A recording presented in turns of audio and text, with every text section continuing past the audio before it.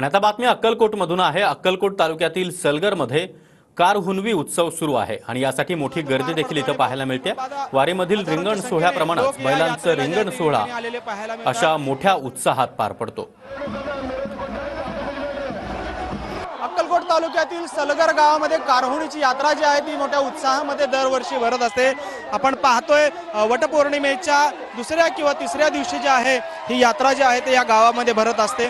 खरं तर ज्या पद्धतीनं आषाढी वारीमध्ये बैलांचा रिंगण सोहळा किंवा अश्वाचा रिंगण सोहळा जो आहे तो पार पडतो, त्याच पद्धतीनं सलगर या गावामध्ये कारहुणवीच्या निमित्ताने या ठिकाणी आपण पाहतोय कशा पद्धतीनं बैलांचा रिंगण सोहळा जो आहे तो पार पडतो आणि आपण पाहता हजारोंच्या संख्येने लोक या यात्रेला जे आहे ते ठिकाणी आलेले पाहायला मिळतात।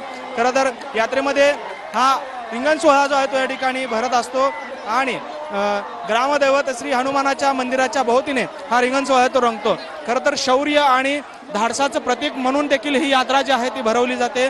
गेल्या हजारो वर्षांपासून ही यात्रा जी आहे या गावामध्ये भरते आणि आपण पाहतो कशा पद्धतीनं प्रथा परंपरा ज्या आहेत त्या गावोगावच्या आपल्याला पाहायला मिळतात। याच ठिकाणी बैल जो आहे तो या ठिकाणी पळवताना आपल्याला पाहायला मिळत आहेत।